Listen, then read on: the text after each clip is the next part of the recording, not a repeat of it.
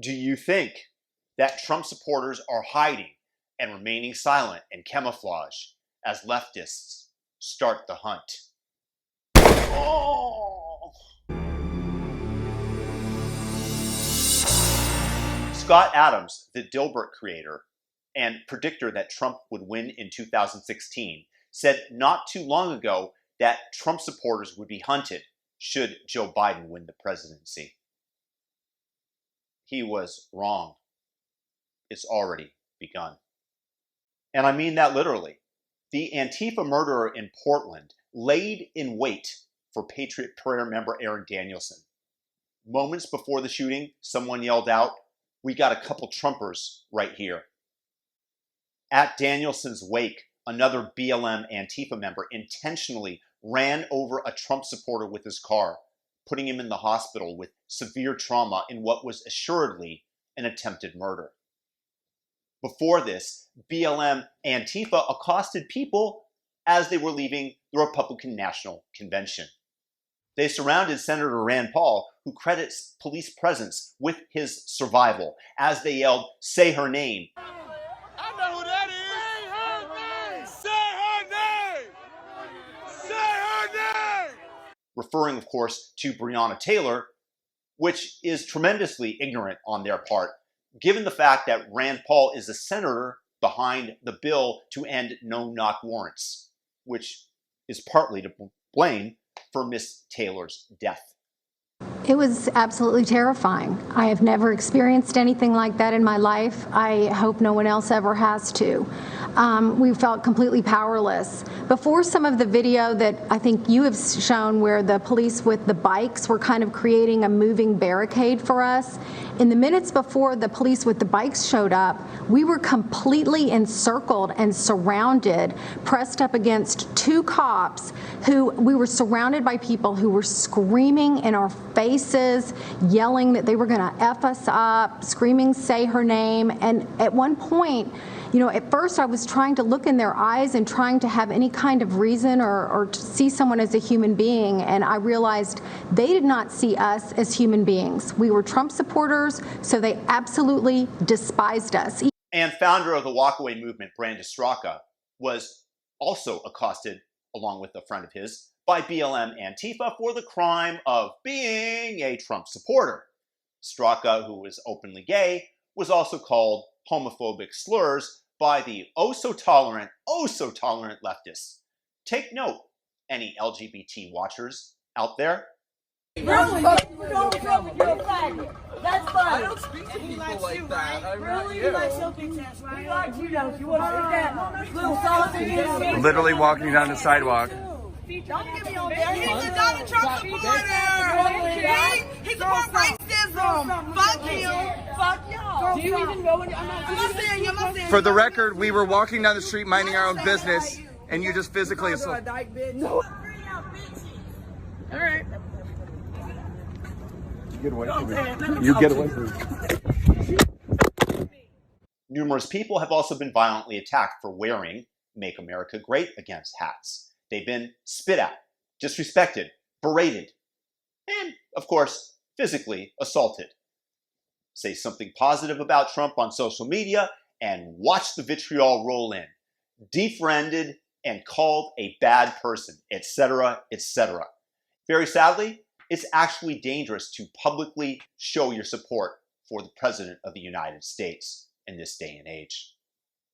Do you think I'm wrong? Leave a comment explaining why. Personally, I would bet that almost every single person out there watching is going to identify that statement as factual. I used to be center-left in my political orientation, and during those lean intellectual years, my friends who were center-right always politely listened to my views and then explained to me their own thinking on said subject. As the Democratic Party has abandoned and abdicated the ethos of true liberalism that I adhere to, and I use it in its original definition, which is believing in the rights of the individual. Liberty, that's where the term comes from. Specifically for me, it was free speech, the bedrock of our democracy, which the left is chipping away at with fervor. They desire to move us towards collectivism, racial division, and have much more control of our thoughts and our lives. That's why I left the Democratic Party.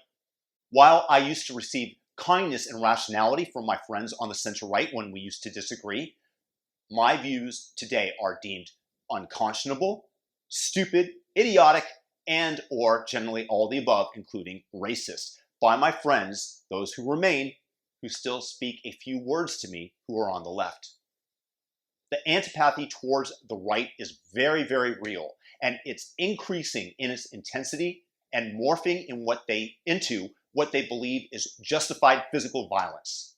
It's not unlike the trajectory of the spiral of hatred against the Jews during the Third Reich. It stems from a function of the belief of moral superiority that is inbred into the left. They truly believe that they are the gracious, kind, tolerant people, despite all evidence to the contrary. Wake up! Wake up, motherfucker, wake up! Wake up! Wake up, motherfucker, wake up! Wake up! Wake up! Wake up, motherfucker, wake up! Say you have a young son, and if I had to have him teleported to a random spot, any spot randomly in the United States, and I had to dress him in either a blue hat reading Joe Biden or a red MAGA hat and be forced to prey on the kindness of strangers to take care of him, no matter what my political leanings might be, I'm putting a Biden hat on him in a heartbeat. If he were to land in an inner city gang-infested neighborhood and he's wearing a MAGA hat, I'll be thankful if people just ignore him and let him find his own way through the world. But if he lands in a red-leaning town in West Virginia, I'm betting that somebody will come to his aid despite his advertised blue political beliefs he has plastered atop his head. And let me propose a little thought experiment for you guys out there. This is a sincere question. No matter what your political leanings are, would you feel safer walking around town wearing a MAGA hat or one that read Joe Biden? My answer? Simple. The MAGA hat is like a magnet that attracts metal and debris to it, while the Biden one is the equivalent of putting on a hard hat. Wear it for protection against the mobs. And yes, those mythical red elephants that you all don't want to believe exist are both staying silent and camouflaged in the brush. As people feel hunted, both on a physical and an emotional level, most opt not to speak out and draw the ire of the righteous. Some fear that mentioning their political beliefs would merely bring about a discordant conversation that they desire to avoid. Others rightly feel that it would affect their personal relationships negatively. Just one direct quote from someone that I spoke to about this. I put out a tester the other day to hypothetically ask if I had a change of heart and I was voting for Trump, how many of you would no longer speak to me? People said they'd cry. They'd wait until I had gotten better, as interjecting as if this is the person with the mental disorder. All kinds of things. I recognize that I don't exactly want people like that in my life, but I also get clients through word of mouth and don't want to disrupt my income because people don't like my politics. Nor do I want to hurt my friendships. People would actually feel hurt and betrayed by this news. While I have empathy and understanding for her position, and I understand that it works on a game theoretical level, at least in the near term, for the individual, I choose not to follow suit. The reason, first of all, I believe that it is far better to confront monsters while they are still small. Okay, smallish.